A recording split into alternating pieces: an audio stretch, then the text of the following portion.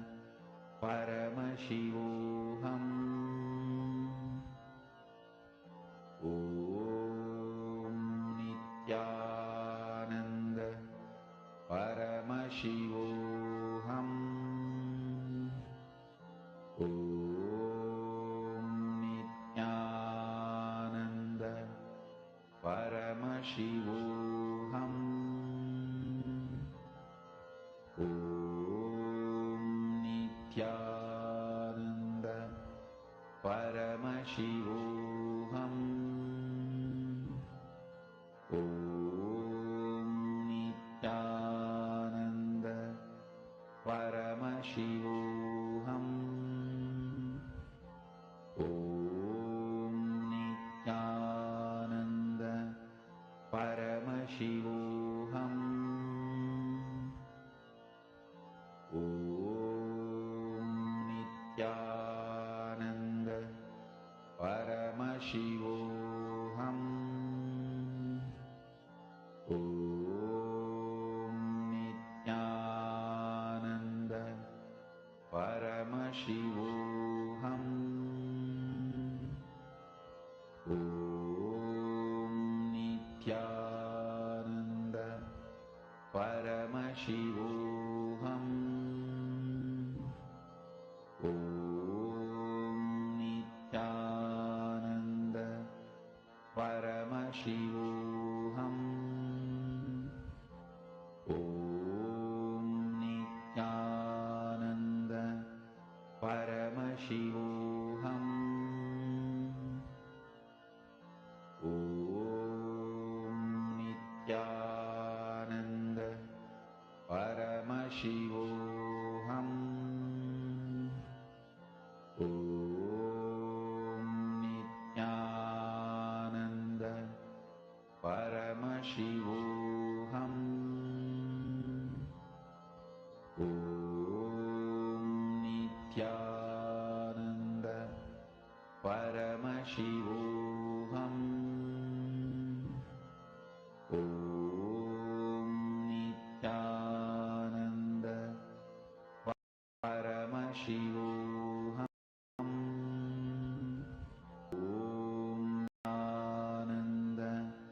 Paramashivoham. Om Nithyananda Paramashivoham. Om Nithyananda Paramashivoham. Om Nithyananda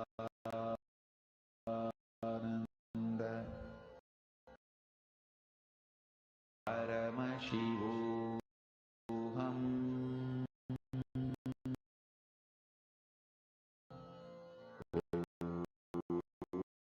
Om Nithyananda Paramashivam. Om Nithyananda Paramashivoham. Om Nithyananda Paramashivoham. Om Nithyananda Paramashivoham. Om Nithyananda Paramashivoham. Om Nithyananda Paramashivoham. Om Nithyananda Paramashivoham. Om Nithyananda Paramashivoham. Om Nithyananda Paramashivoham. Om Nithyananda Paramashivoham. Om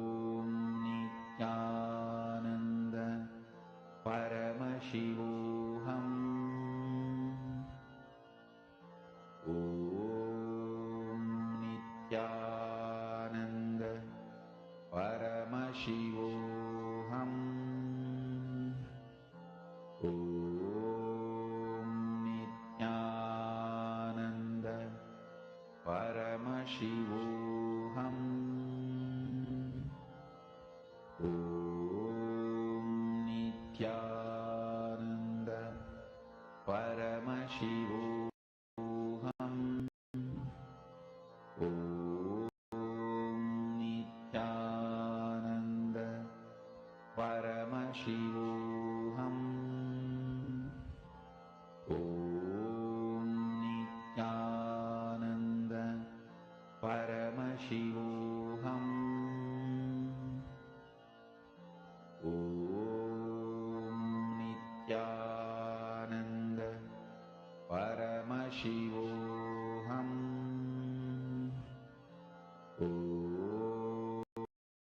Om Nithyananda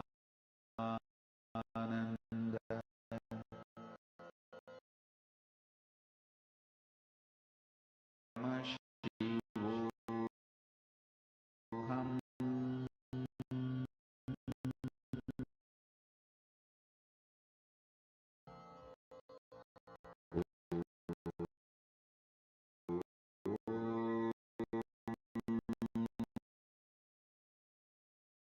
Ananda Paramashivoham. Om Nithyananda Paramashivoham. Om Nithyananda Paramashivoham. Om Nithyananda Paramashivoham. Om Nithyananda Paramashivoham. Om Ananda Paramashivam.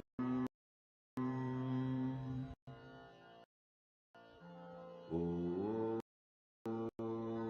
Nithyananda Paramashivam. Om Ananda Shivoham. Om Nithyananda Paramoham.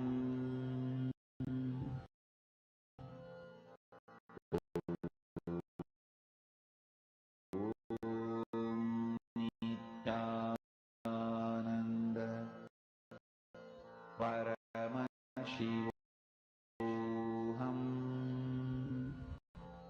Om Nithyananda Paramashivoham. Om Nithyananda Paramashivoham. Om Nithyananda Paramashivoham. Om Nithyananda Paramashivoham. Om Nithyananda Paramashivoham. Om Nithyananda Paramashivoham.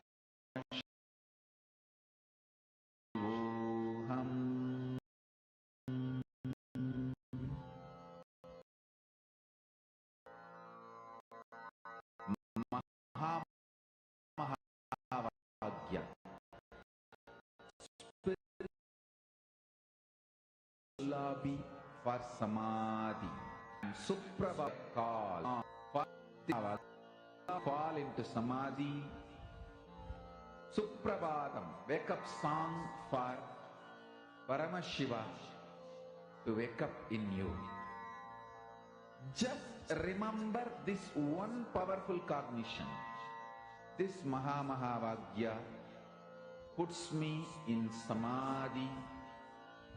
This is spiritual lullaby for Samadhi. And Suprabhatam, wake up song for Paramashiva in me. For Paramashiva to manifest.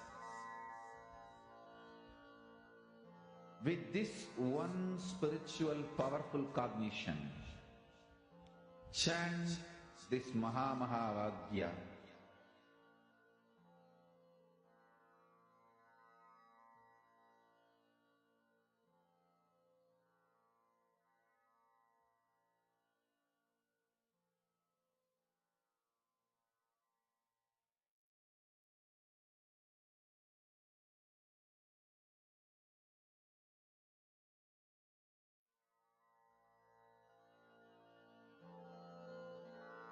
Mahavagya, spiritual lullaby for Samadhi. And Suprabhatam, wake up call, wake up song for Paramashiva. For Paramashiva to manifest.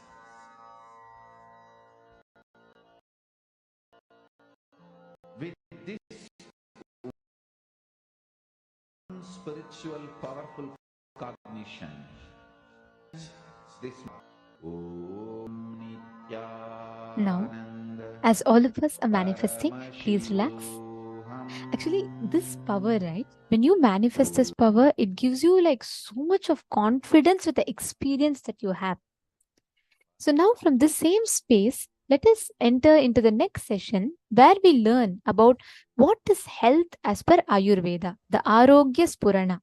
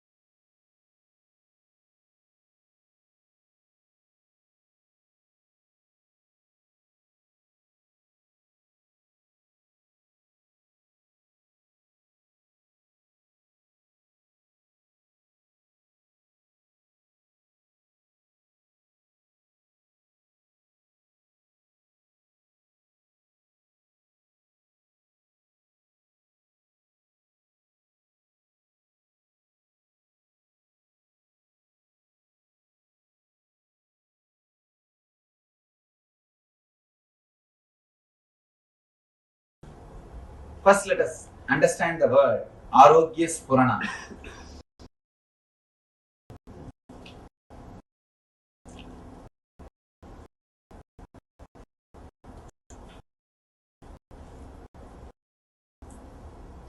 Please understand. You are great, but seeking only inside anything else except a peaceful feeling or a blissful feeling. That's all. Whenever that happens, you say you had a spiritual experience. So whatever you think as God, meditation, religion, spirituality, everything is nothing but peaceful or blissful feeling inside your being. And not ease with ourselves. Some reason, I can say social conditioning or torturing yourself. The initial level society teaches you. After that, you yourself master the technique and torture yourself. This goes on till you completely destroy the body and mind. We continuously abuse the system. You have security alarm system for your house. You protect your house so much, in which hardly you spend 12 hours. Maximum in this country, you spend only 12 hours in the house.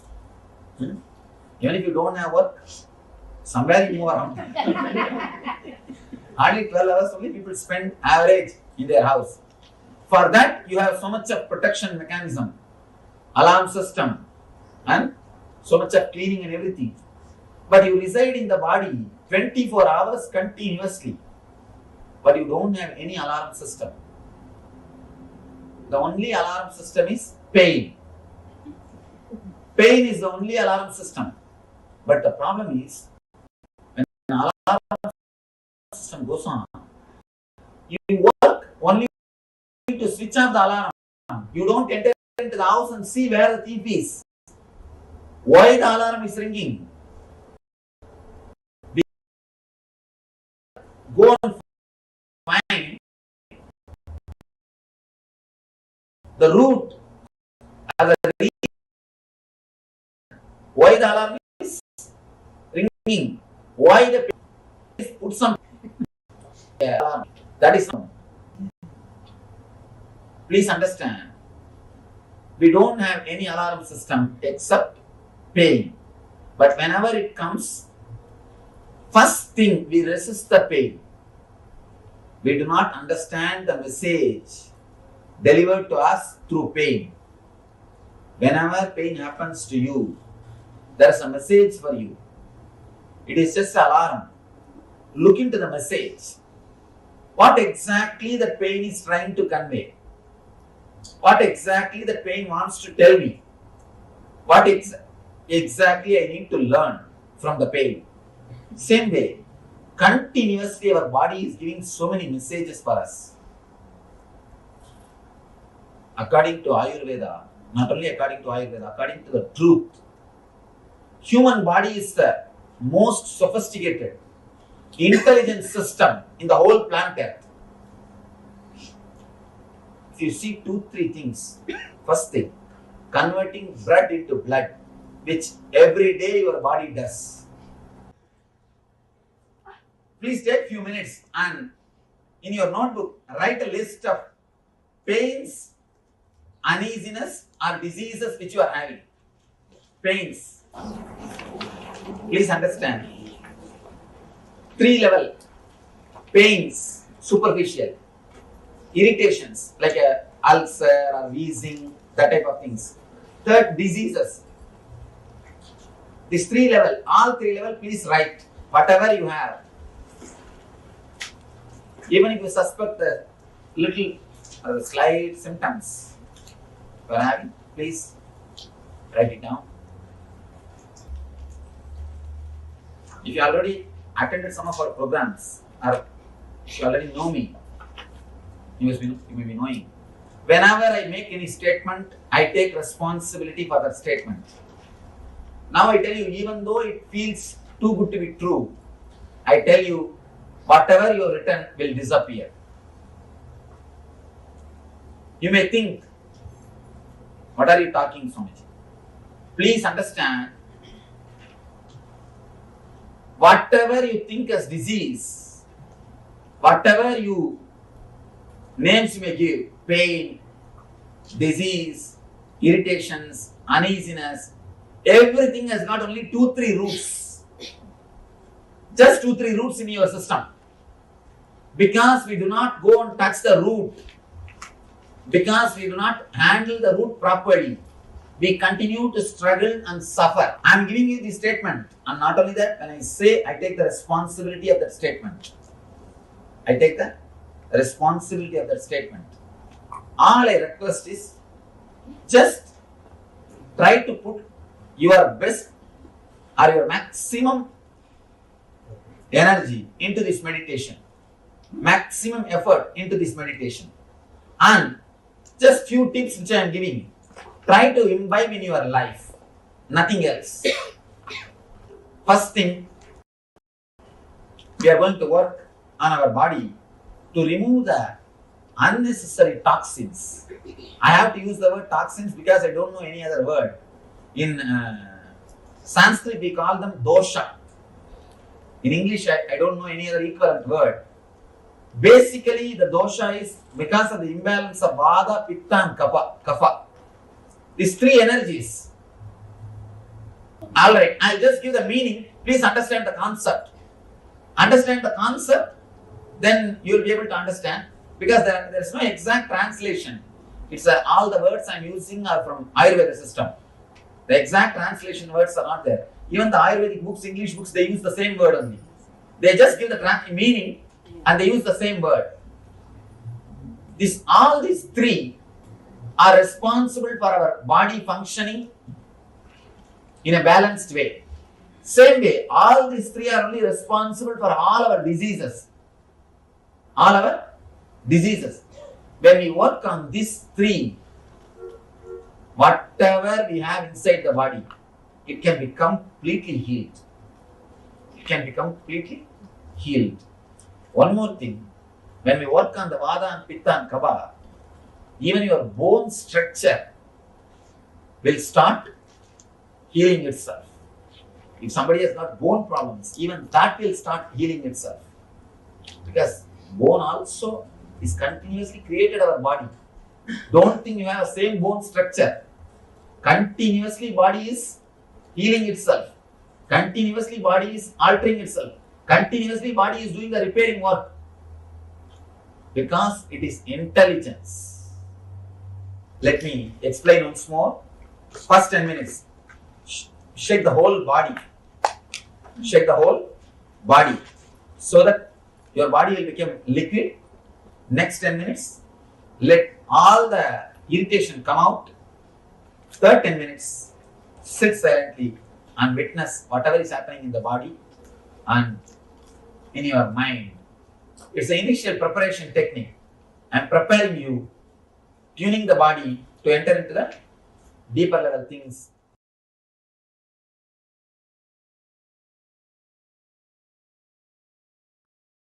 Understand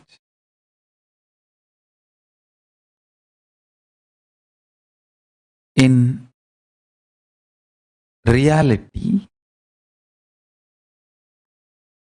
and in Hindu tradition and as per Paramashiva's revelations about yoga, body is never a first person. Listen, what you feel as first person, I. You all know first person means I, second person is you, third person is he. Body is never first person. Your skin will be shining if you see your body as a second person. You will become a most handsome, glamorous, beautiful,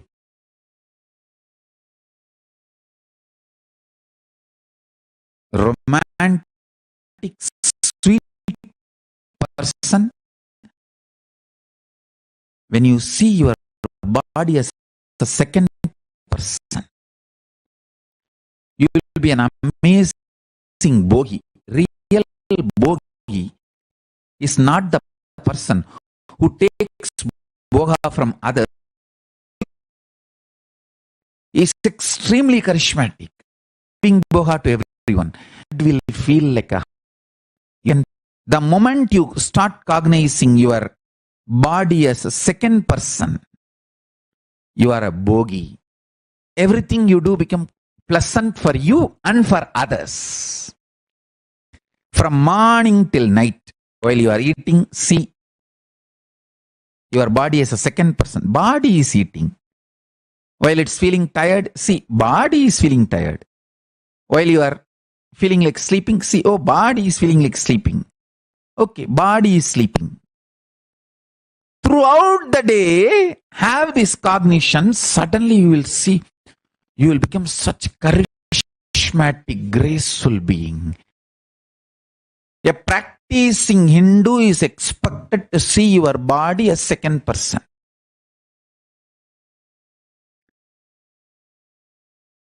Practicing yogi should cognize body as third person, not even second person.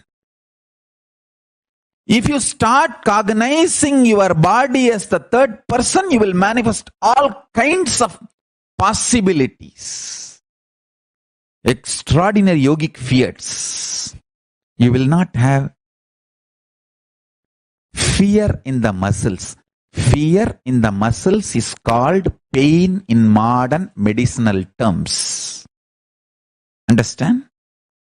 Bhaya in the muscle memory is pain as per modern medicinal system.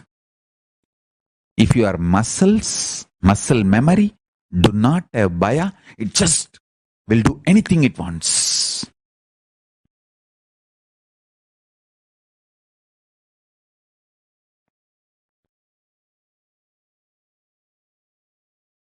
It will not have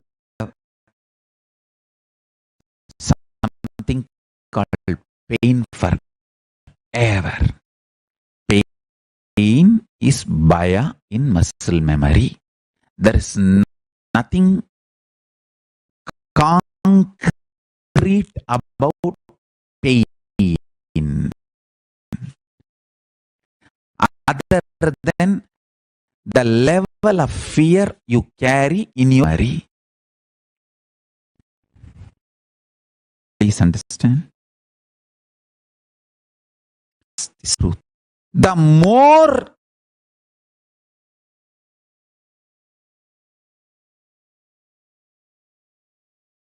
you move higher towards the powerful cognitions, the more bioenergy gets flooded, infused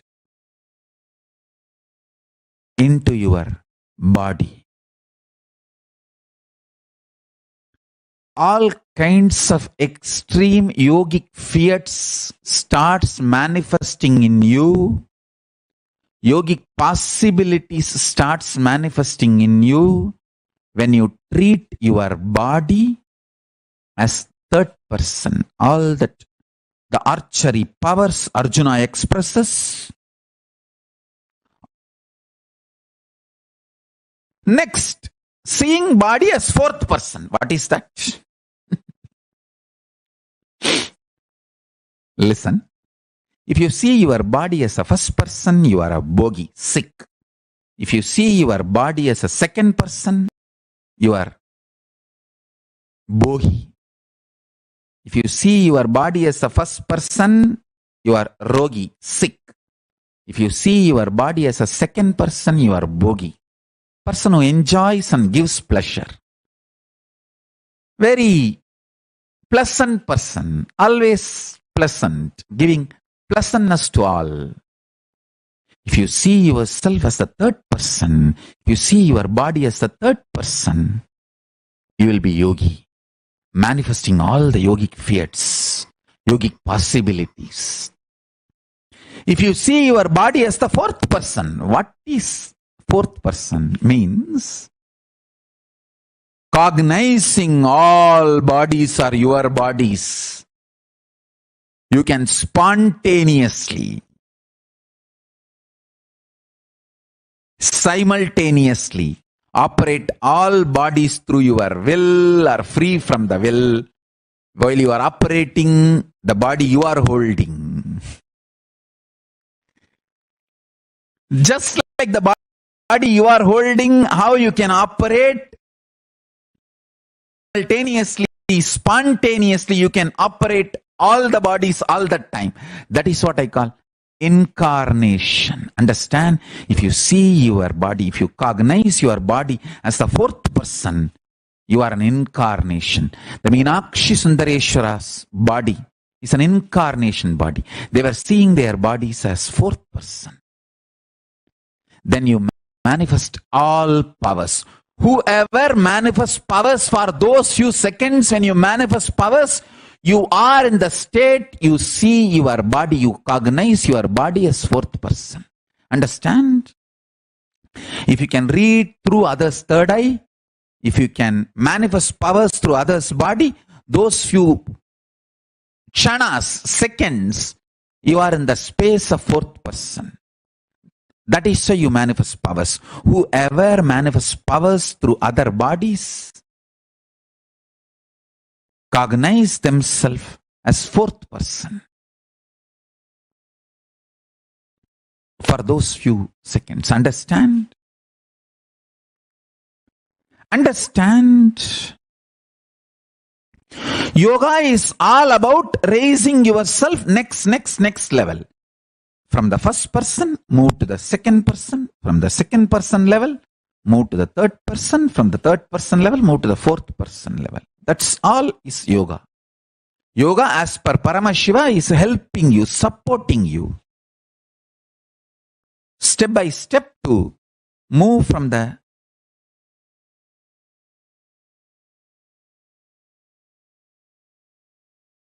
level of seeing your body as the first person to the seeing your body as second person, and seeing your body as third person, and seeing your body as fourth person. That's all the essence of yoga.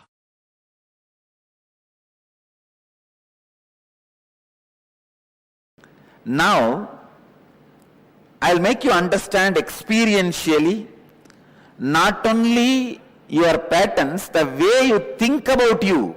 I have some more references for you.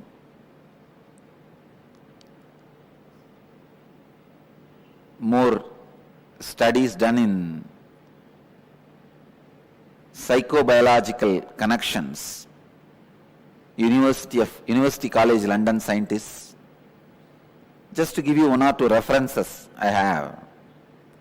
They say even the blood chemicals, please understand, stress does not change just your blood pressure. You would have heard only your blood pressure is changed. If you get stressed, your blood pressure will go up. That only you know. But the psychobiological connections,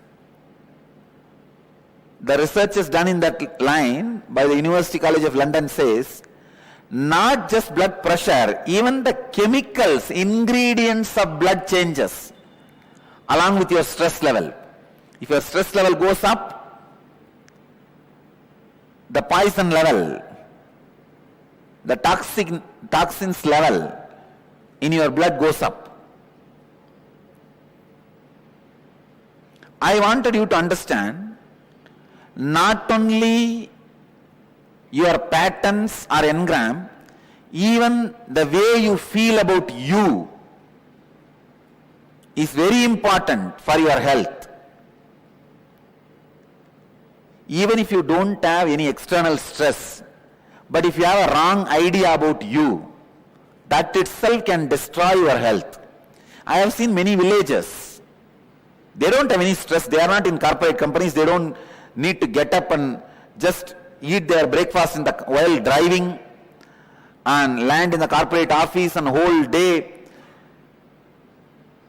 get kicked by the boss, and the evening come back and just sit in front of TV for 1 hour and fall asleep. No, they don't live that life. Many Indian villages still retain their innocent life. Morning slowly they will wake up around 9 o'clock, come and sit in the village tea shop and drink the tea and talk the whole politics and story, everything till 12 o'clock. Then slowly 1 o'clock take bath and go around and see the land, the agriculture happening, come back 7 o'clock and sit in front of TV till 10 in the night, fall asleep. There are people, even they fall sick and they also don't live long because the concepts they carry about themselves, the ideas they carry about themselves. So pen down all the guilts you have related to physical health, mental health, your efforts to breaking the engram, but you failed. When you fail, naturally guilt comes. Guilt becomes a strong engram and does not even allow you to do the effort once more. If you fail twice going to the gym, after paying the gym, third time you will never pay and you will never start. You will never plan for even taking the step because that guilt is there. So pen down all those guilts and major pains you experience in your life related to health. Physical pain, mental pain. Many times you even does not even want to remember about your body because you have some guilt, pain associated with it. And then worries you have. Worries are, fear is little strong, worry is little superficial, that's all. Come on, please pen down. If you are not even able to find where they are, no one can help you. And I cannot get into you and find, only you have to find. I can only help you to break it.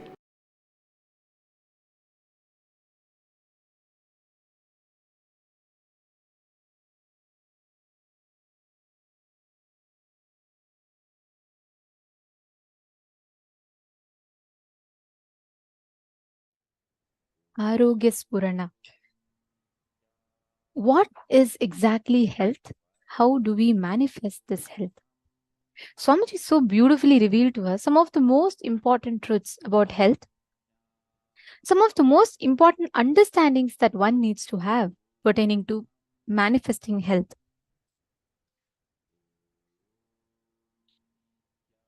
Swamiji said a very, very important statement. The definition of health is that if tolerate, we are like the point that Swamiji mentioned from Taoism. When the shoe fits, the foot is forgotten. When the belt fits, the belly is forgotten. When the chain fits, the neck is forgotten.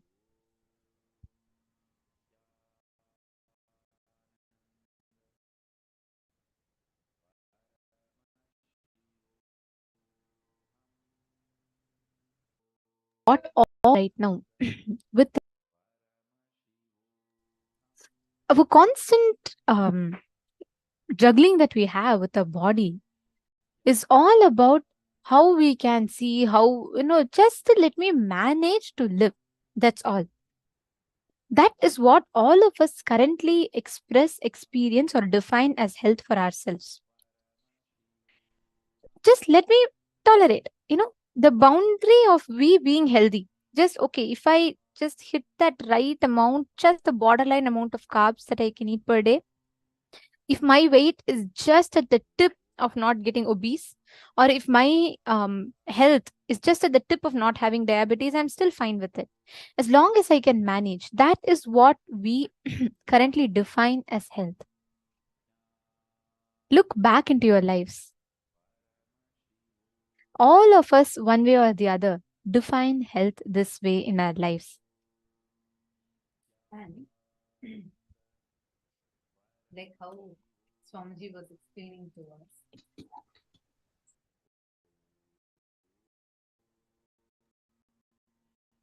Sorry. Are you all able to hear me now? Like how Swamiji was right. Health, listen carefully. What you feel about you, not just your lifestyle habits, not just how much of what food you're eating, are you exercising or not. It's not just the things, but in your core, how you're feeling about you. That core of you, the way you feel about you, directly impacts, influences, and affects your health. The kind of ideas that we carry, the beautiful experience of Swamiji, when Swamiji was traveling in Parivrajaka, where barefoot Swamiji walked across the length and breadth of India to one village somewhere near Himalaya, and so Swamiji went and asked. Swamiji saw that village that everyone were very blissful, and Swamiji saw one young man there. He was going and he was plowing the field. Swamiji went up to him and asked, "Can you tell me where the senior most people are there in this village? And I just want to talk to them." So this man said, "Oh, you want to meet the senior most people? You can meet there in that side." Then Swamiji asked, like, "What is your age?" He said that I'm just in my youth still. I'm only 80 years old. And he said that, and then Swamiji was shocked. Swamiji is like, "You're 80 years old." And he said, "Yeah, I'm in my youth still. Why are you looking at me like as if I'm so old? Go and meet. There are people who are, I'm not yet 200 years old." He said, he shows someone and says, "Go and ask that person. That person is 136 years old." Swamiji goes and sees him. That person looks very young. And Swamiji asks him, like, Swamiji tries asking him about, how come you are so young when you're already 136? And that man said, "What do you mean? I'm still in my fit age. I'm only 136. Human beings live simply for 200 years. Swamiji explains so beautifully how, because of their fundamental cognition, is that human beings exist for 200 years. They did not even age. Nowadays, already just in previous generation, people will start feeling that I'm old when they become 60, 70, 80, 75, 70, 80, that period, they'll start feeling they're old. Nowadays, you cross 45, people start calling themselves, "Oh, I have become too old." Because that's the cognition we all start having. Understand, it's not because of the lifestyle alone. It's because of the cognitions we carry. And there's another beautiful experience of Swamiji, where like Swamiji had actually shares this in Bhagavad Gita book. If any of you have not read Bhagavad Gita Decoded, the book of Swamiji, you should definitely check it out. It's one of the amazing books. Like this, that one book can transform your entire life. It's such an awesome book. So Swamiji was going towards Madhya Pradesh. In Madhya Pradesh is a state in India. So this was also during the Parivrajaka time. 9 years Swamiji did Parivrajaka, right? Like walking barefoot across the whole of India. So he goes to a village. It's a remote village in the state of near Madhya Pradesh. And there one group of tribal group used to live over there. An indigenous group that used to live over there. Nowadays, the science is almost lost. But we are talking about when Swamiji was doing Parivrajaka. So almost 20, 30 years before. 20 years, 25 years, almost 30 years before. So at that time, there's this one village where everyone, like Swamiji was staying there, under a tree in that village, and he used to only hear like giggling sounds and like happy sounds. Never he heard any kind of conflict, any kind of pain, crying, nothing, no sort of such thing was there. And there was a hut where like people used to go Like any woman, if she becomes pregnant and she goes into labor, there was one room where they'll go and give birth to a baby. So one day, Swamiji saw that there was a woman that went in, was in labor. She goes in, and in a few minutes' time, she comes back smiling with a baby.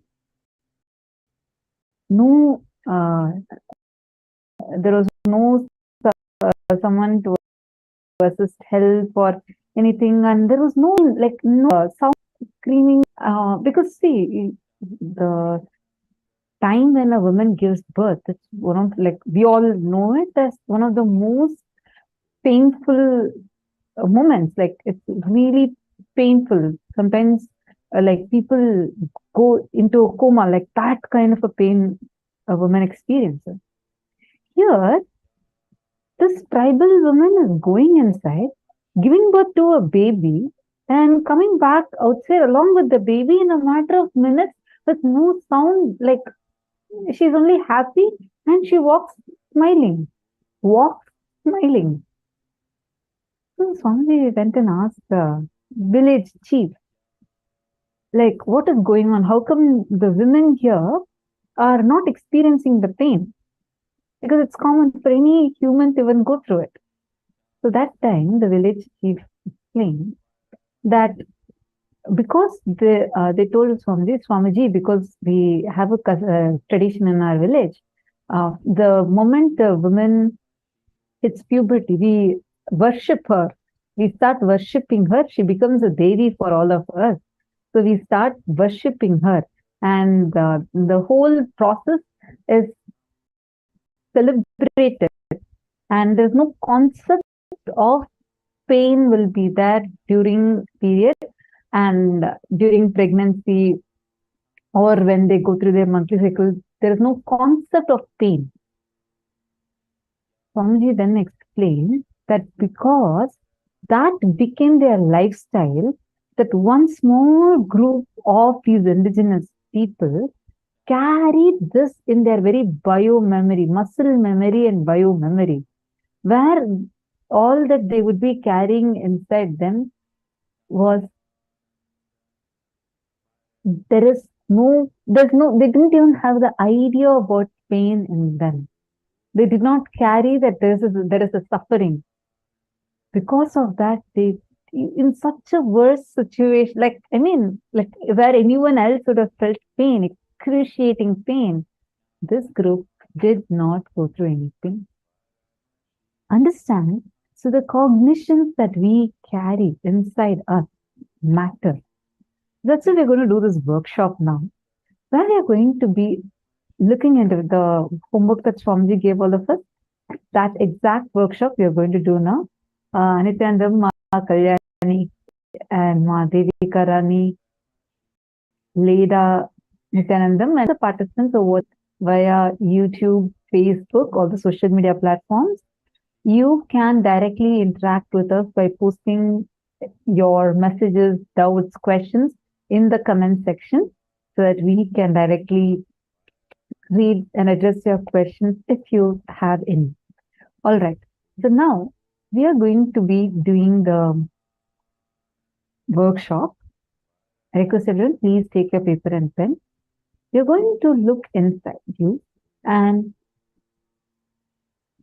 describe in detail the major fears that you experience in your life related to health, both physical and mental health. And second, like fears meaning when, for example, the first time you saw fell ill and you started having a deep fear, oh God, what if I also get this fever? Or you saw someone, I remember, and when I was very young, I watched a movie where it will show that a hero just loses, he gets hit on his head and he goes mad and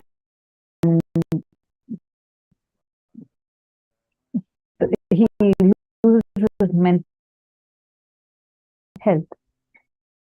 And I used to have such a deep fear that even if I hit my head on it, I used to feel scared that what will happen if my mental health, like major worry. In these four categories related to your health, both physical and psychological. Take a few minutes, physical health and mental health. Take a few minutes and write this in detail. Please start now.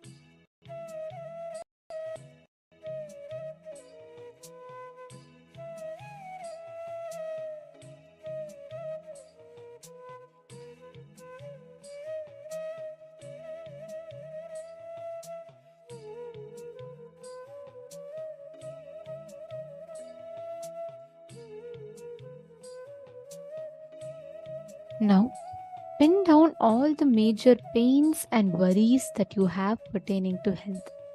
If you have finished with fears and guilts, write down next the major pains and worries pertaining to health that you have in detail. Sometimes it's physical, sometimes it's psychological. Write down both physical and psychological. Pen down both of them. Take a few minutes.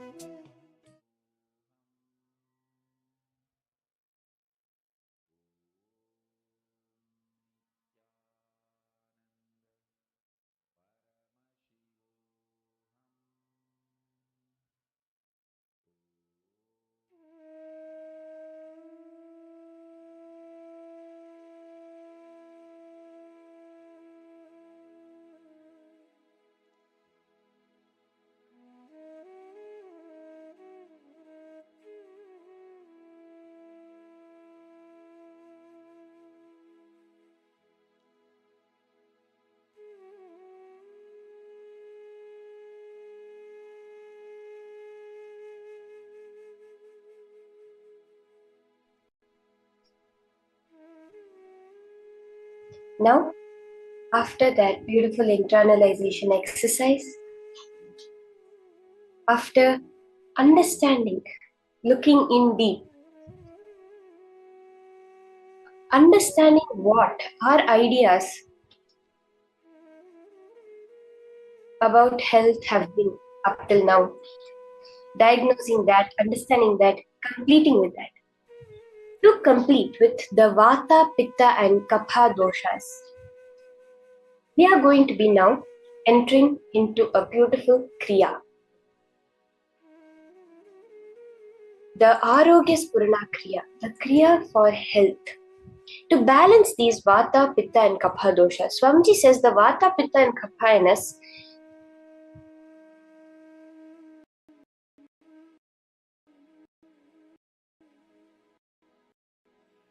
are the three, we understand that? Bile in our body, the Vata as the gas, the air element in our body, and the Kapha as the mucus, the phlegm in our body. The first thing we're going to do is work on our body to remove the unnecessary toxins. In Sanskrit, it's called doshas. These are only the toxins what we understand. This which happens due to the imbalance of Vata, Pitta and Kapha. Very beautifully during Swamiji's own test, when the Ayurvedic doctor tested Swamiji's Vata and Pitta and Kapha, they said he was Samadosha, means all three are in complete balance. They said they had never seen a body like that before. These three are what are responsible for our body working in a balanced way and what are responsible for all our diseases. If you go to any Ayurvedic doctor, the first thing they will check your pulse and they'll find out the imbalance that is there in the Vata, Pitta and Kapha. Any problem within the body can be healed by balancing these three. Even your bone structure, literally the fracture can be healed when you work on these three, is what Swamiji is saying. We're going to be entering into a very powerful Kriya for this. So I would request all the participants to be ready.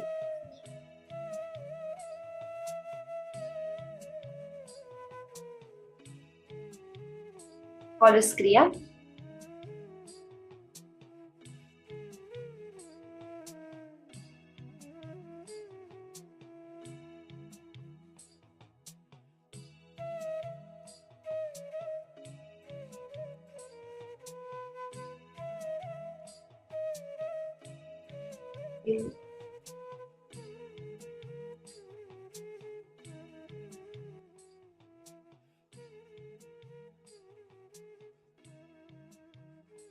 Very beautifully, the Shastra Pramana, the Pramanas, which is we are able to see from the Rigveda, which refers to the cosmology known as Sankhya, which lies at the base of both Ayurveda and Yoga, contains verses on the nature of health and disease, principles of Ala Grahordhvanga, Shalya Damshtra Jara Vrishan, अष्टावंगानि तस्याहुश् चिकित्सायेषु संश्रिता वायुः पित्तं कफश्चेति त्रयो दोषाः समासतः विकृतदेहं घ्नन्ति ते वर्तयन्ति च. This is from the Ashtanga Hridayam, Adhyaya 1, the main treatise on Ayurveda, where it beautifully explains how the base of all diseases is the Vata, Pitta and Kapha. This Kriya you're going to do now is what we are going to be doing to balance this Vata, Pitta and Kapha.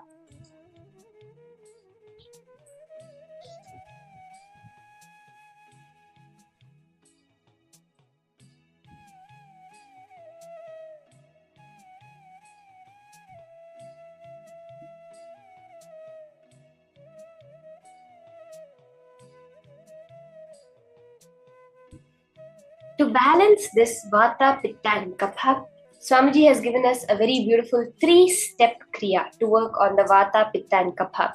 See, as I was mentioning, all diseases, the source is the imbalance in the Vata, Pitta and Kapha. So for all of you who are here today to manifest your health, you can make sure you're doing this Kriya very intensely, very sincerely. You're going to be balancing the Vata and Pitta and Kapha.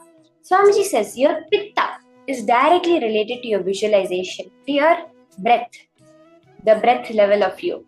The Vata is directly related to your verbalization, to the length level. And Kapha is related to consciousness, the decision making, the will persistence, the depth level of you. That is why if Pitta becomes too much, your visualization will be imbalanced. If your Vata becomes too much, your verbalization will be imbalanced. And if your Kapha gets imbalanced, your consciousness also goes out of balance.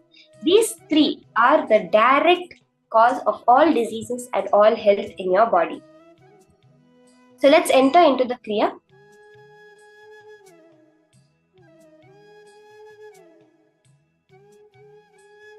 So we'll start the Kriya.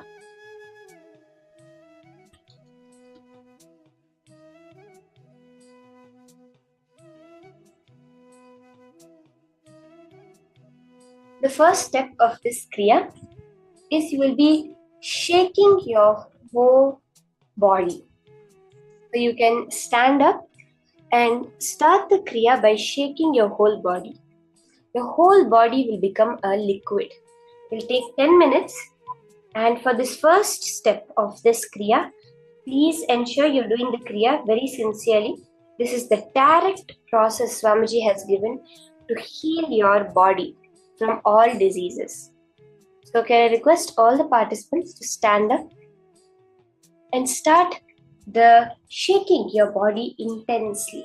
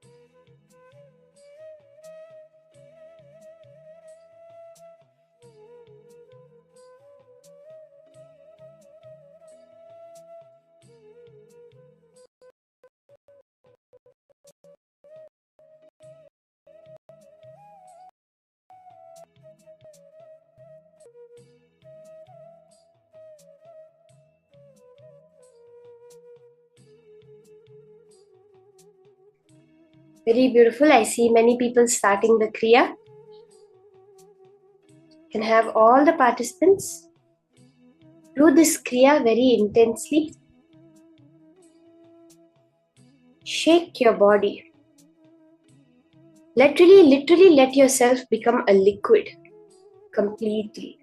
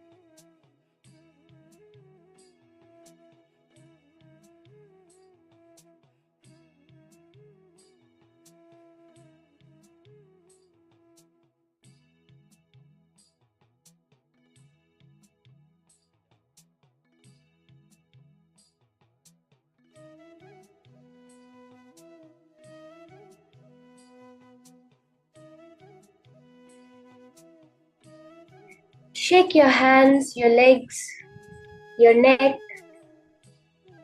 Can literally move like 1,000 snakes are in your body, like a liquid.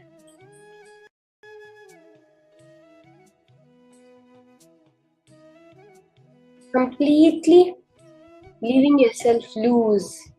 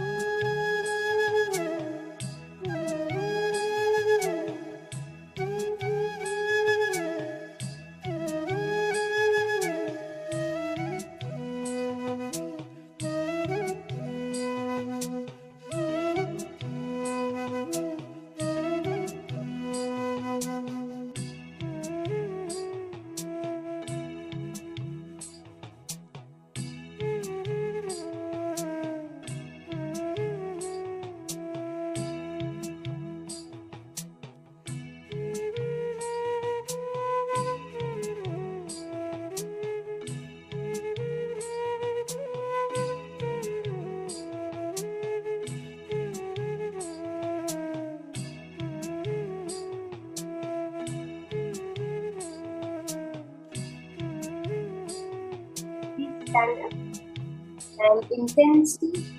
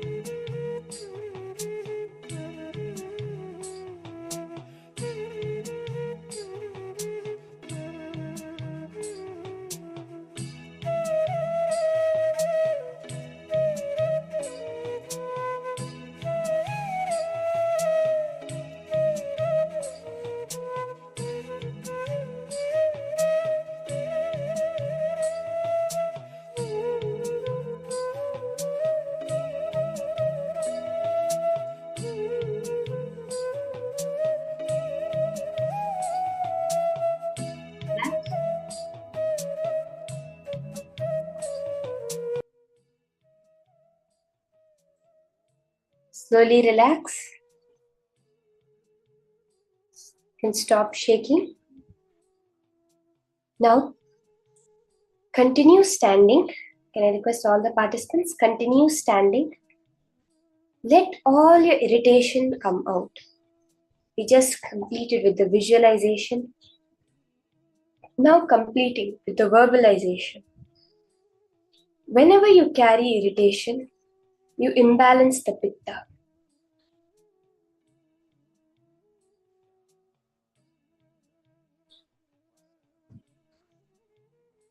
Throw out all the negativity which you are carrying. Empty the irritation. Let it come out in the form of shouting, crying, screaming. What is rising in your inner space? Let all the irritation, anger, negativity come out. This is the imbalance in the visualization, in the pitta. Just scream it. Cry, shout, any emotions arising. Completely express it. You can be rest assured the focus mode is on. Other than the acharyas, nobody can see you. So be completely, express yourself completely. Shout, scream. Continue standing for this.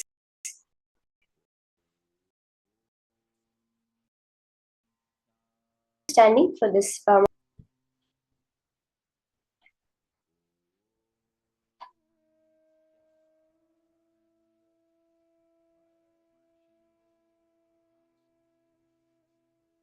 scream, cry, shout. Just express all your irritation completely.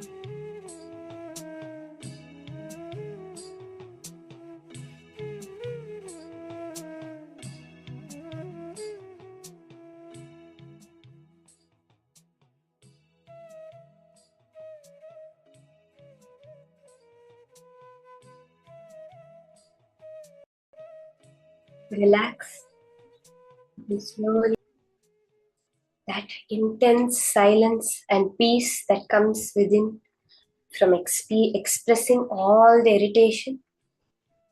Just sit down now. After that intensity, sit. Sit silently, preferably sit on the floor. Witness whatever is happening in the body and the mind. Whether the irritation is continuing, silence is arising, whatever pull and push, ups and downs happening now. Witness it. Observe the observer.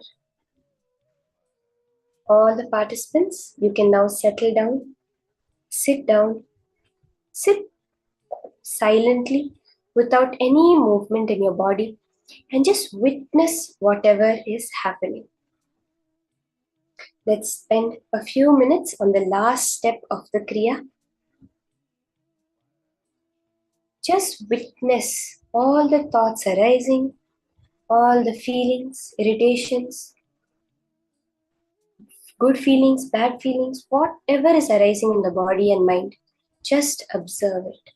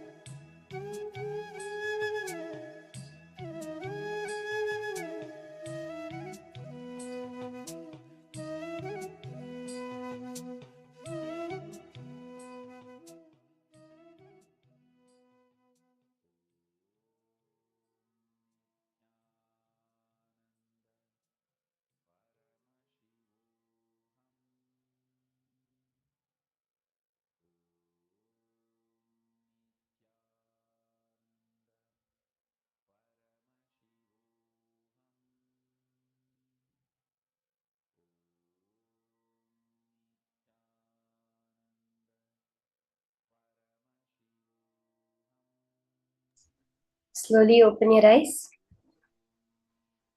In that space of oneness, of complete silence and completion, we're going to enter into the power manifestation session now. We'll be continuing as we did in the first round, being able to identify the right medicine for any diseases.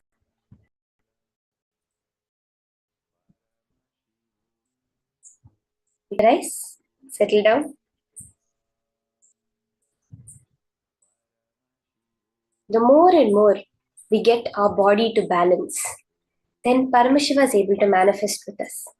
Swamiji says, consciousness at its ultimate level as a power, it does not have any rules or limits that bind it. But when it manifests through the human body, the principles, it has its certain principles, its certain laws. Like how you have the laws of gravity, the laws of electromagnetic force, etc. The consciousness also, when it functions through the human body, functions through certain laws. And the most important for that is a detoxed body. Only through a yogic body can an awakened consciousness function. That is the key to power manifestation. Now, let's be continuing the power of identifying the right medicine for any disease. We can all start, connect to a partner.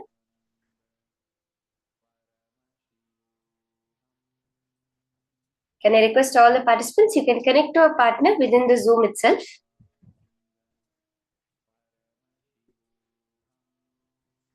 I saw Majena and Ramasamy, all of you doing the Kriya so intensely.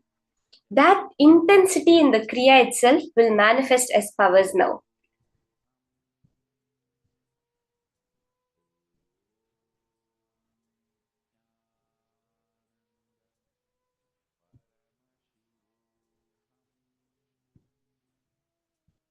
Are we ready to start? So you can connect to a partner and you can scan them first, whatever issues are in their body. Any imbalances they are experiencing, heat, hunger, any kind of imbalances, whether it's in their sleep, whether it's physically, mentally, you can scan that and you can identify the exact solution, that the third eye, that Paramashiva's solution for that issue. Let's start. Let's all start pairing up. Ma Jayanti, Ma Julie Silla, Ma Alicia. Yes, we can start pairing up for this round of manifestation. Ma Maheshri, Ma Suvignana Swarupini.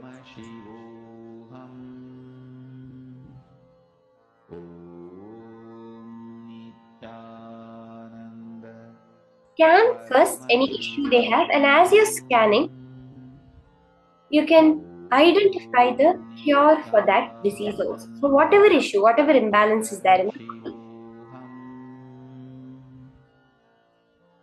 Let's start. Just connect to Paramashiva. Remember, the source of your consciousness and Paramashiva's consciousness is exactly one and the same. There is no difference in. In quality, you are the same. Maybe in quantity, you may be different, but at the base quality, you and Paramashiva are one and the same. And Suprabhatam, wake up call, wake up song. As Paramashiva, that space of responsibility, of pure energy, you can share with your partner the solution for anything that is Samadhi. Suprabhatam, wake up song for Paramashiva to wake up in you.